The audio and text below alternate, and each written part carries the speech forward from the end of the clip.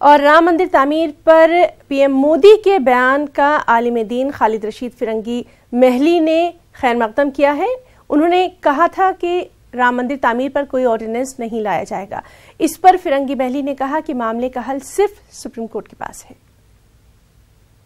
वो एक complete prime minister साहब ने अपने इंटरव्यू में जो अयोध्या इश्यू पे बात कही है, हम समझते हैं वो एक कम्प्लीटली लीगल स्टैंड है और एक डेमोक्रेसी में की रूह भी यही है कि जितने भी पिलर्स हैं डेमोक्रेसी के उन सब की इज़्ज़त और एहतराम करना चाहिए। तो जो कि मामला सुप्रीम कोर्ट में ऑलरेडी है, इस वजह से उस पर कोई भी अध्यादेश लाना मुमकिन नहीं है।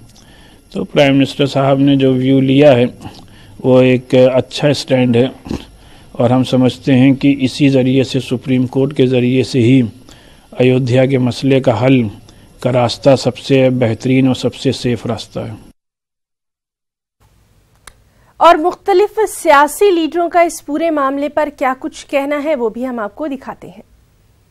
Step is the verdict and every party has no difference on it, that the first step would be the verdict and subsequently the action taken report will have to be submitted by the government on what they plan to do, and they need to tell the people of India and discuss it with the stakeholders of what steps they intend to do and maintain peace and tranquility in the region.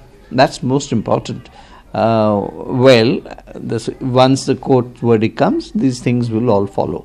किसी देश के जीवन काल में बहुत से ऐसे मौके आते हैं जिनमें भावनाओं का भी सवाल होता है और यथार्थ का भी सवाल होता है। यथार्थ और भावनाओं के बीच में समन्वय स्थापित करते हैं। न्यायपालिका भी यथार्थ और भावनाओं के बीच में समन्वय स्थापित करते हैं।